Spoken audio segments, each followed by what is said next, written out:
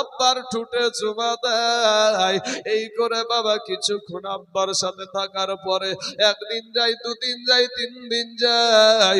বাবারে হঠাৎ একদিন তাই হাতুল কালবি বিবিকে ডাক দিয়া বলে, বিবি গো, ও গো বিবি, আমার জামিলাকে তুমি সুন্দর করে সাজায়া দাও। মা গালা গো, দিলখানা নরম করে দিবারে মা, তোমাদের কোনো সম্মান ছিল না গো মা।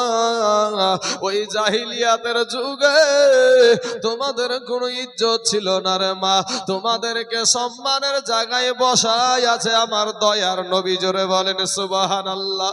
ডাক দিয়া বলে, বিবি রে, আমার জামিলাকে তুমি সুন্দর করে একটু সাজায়া দাও, আমি তাকে দাওয়াত খাওয়াইতে নিয়ে যাব। জামিলার মা গো, ওই মা যখন জামিলাকে গোসল দিচ্ছে রে বাবা, এমন সময়তে মা ডাক দিয়া বলছে, বিটি জামিলা রে, ওরে বিটি জামিলা, আমি তোর মা, তোকে আজ আমি এতদিন গোসল দিই রে বিটি, এত বছর তোকে আমি গোসল দিচ্ছি রে বিটি। আমি মা জননীর জীবনে কোনোদিন ভিতরটা ধড়পড় করে না রে বিটি। আমি মা জননীর কোনোদিন আমার ভিতর আনচান করে না রে বিটি। আজ না জানি তোর সাথে কি ব্যবহার তোর বাবা করে।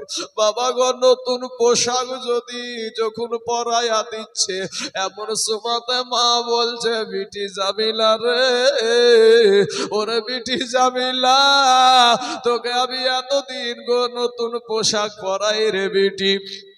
বিটি রে, কোনদিন বিটি রে, আমি কোনদিন আমার ভিতরটা চটপট করে নাই রে বিটি। কে জানি আজকে তোর সাথে তোর বাবা কি ব্যবহার করে। এ যুবক ভাইরা, একে আমার পর্দার আড়ালের মা খালা শুনে যান গো মা, এমন সুবাদে বাবা টুক টুক টুক টুক টুক টুক করে নাড়ি ছিড়া বাবা কলেজের টুকরা নয়নের পাড়া বিটিটাকে বাবা স্বামীর হাতে তুলাইয়া দিল। স্বামীকে ডাক দিয়া বলে, স্বামী গো,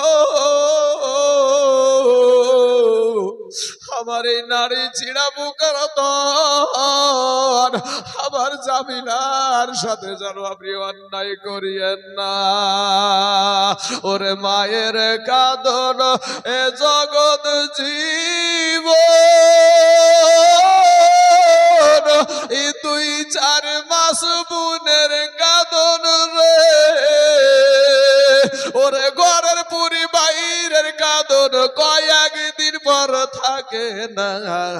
দুঃখের দরদি আমার এই জনম দুঃখী মা, গর্ভধারণী মা, জনম দুঃখিনী মা, দুঃখের দরদি আমার এ জনম দুঃখী মা। বাইরে 10 মাস 10 দিন মায়ে এ গর্ভে দিছে ঠাই, রক্ত মাংস খাইয়া আমরা দুনিয়ায় আসলাম ভাই। 10 মাস 10 দিন মায়ে এ গর্ভে দিছে ঠাই, রক্ত মাংস খাইয়া আমরা এ দুনিয়ায় আসলাম ভাই। এ মায়ের ও সবের কালে ই বুক ভেসে যায় নয়ন জলে রে, ও মা সন্তানের কুলে লইয়া ভুলেছে সব যন্ত্রণা। দুঃখের দরদি আমার জনম দুঃখী মা, গর্ভধারণী মা, জনম দুঃখিনী মা, দুঃখের দরদি আমার জনম দুঃখী মা। বাইরে হাতে পায়ে তেল মাইখা মা দিল শক্ত করি, আর পোশাক পায়খানা আমরা মায়েদের কুলে করি। কথা ঠিক না বেঠিক ভাই? ওরে হাতে পায়ে তেল মাইখামা দিল শত করি আর পোষা পায়খানা আমরা মায়ের কোলে করি তবু না মারা করিল এ ভিজিল গুহে মুতে আমাদের সুখ নাই রাখিয়া আমাদের মাথাকে ভিজাতে আবার অসুখ হইলে চাইয়া দেখি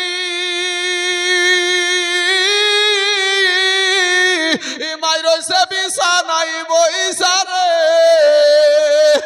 বলে আমায় আল্লাহ লইয়া যাগো সন্তানের নিও না দুঃখের দহরতি আমার জনম দুঃখী মায়া গর্ভধারণী মায়া এ জনম দুঃখিনী মায়া দুঃখের দহরতি আমার জনম দুঃখী মা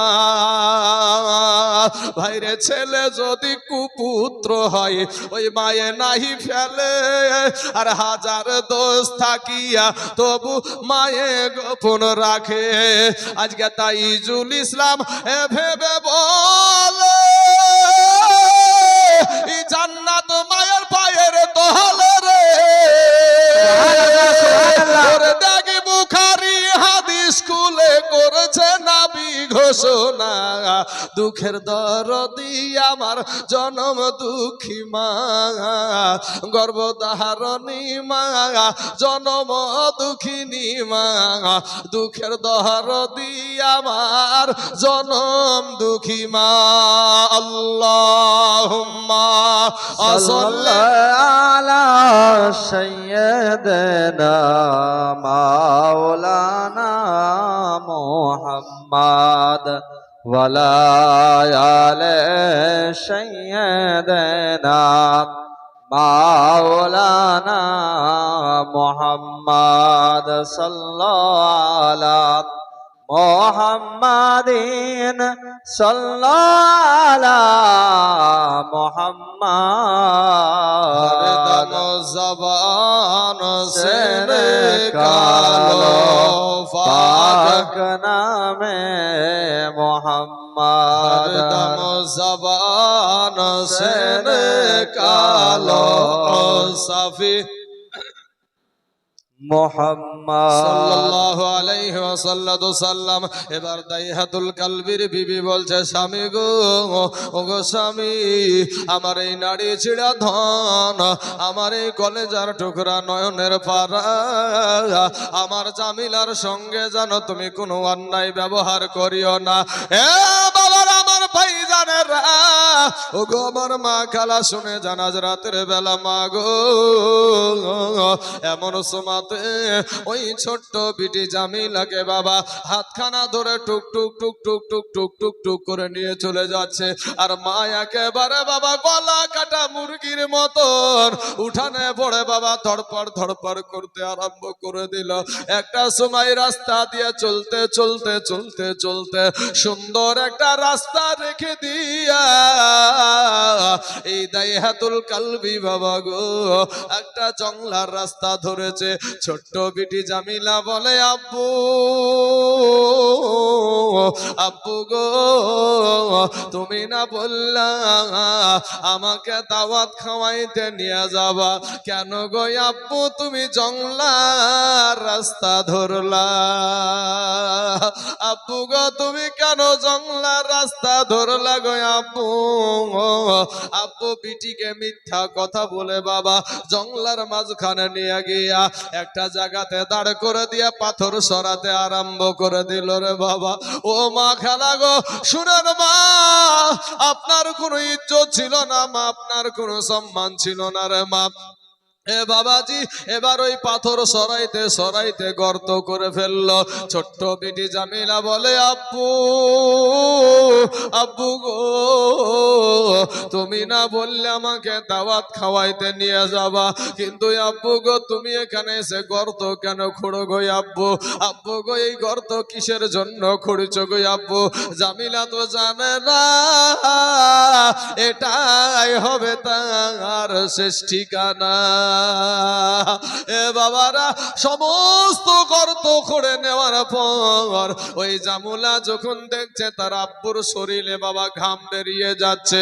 গায়ে যখন ধুলা লেগে যাচ্ছে গো, ছোট্ট বিটি জামিলা নিজের পোশাক দিয়া বাবার শরীরের ঘামগুলা মুছিয়ে দিচ্ছে আর বলছে, আব্বু আব্বু গো, তুমি